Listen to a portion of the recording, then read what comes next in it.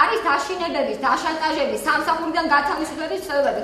დაბარებებზე სამსახურის უფროსებთან პიროვნებებთან მე ვაკეთებ რომელსაც პასუხს ვაგებ ბატონდარია. მე მინდა ძალიან კარგად იცოდეს ეს ყველა, ძალიან კარგად იცოდეს. არის სამთავრობო კომისია შექმნილი. სამთავრობო კომისია.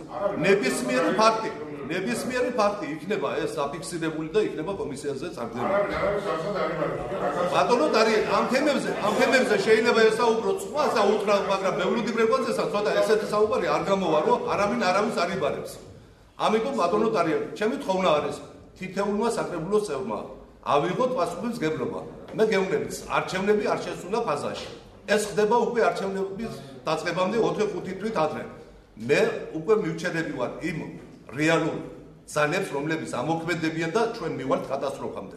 სრული პასუხისმგებლობით გეუბნებით, ეს არ დაემგონება.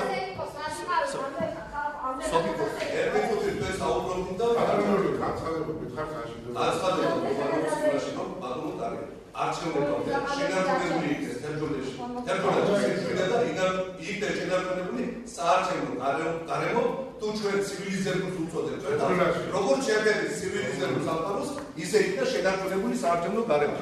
ბატონო დარიე, ეს არის ჩემი თხოვნა და საკრებულოს ყველა წევრებისათვის გასაგებია. ბატონო დარიე, ჩვენ ყოველთვის ვიტყვით ბიურო და საკრებულოს განაცხადებებს.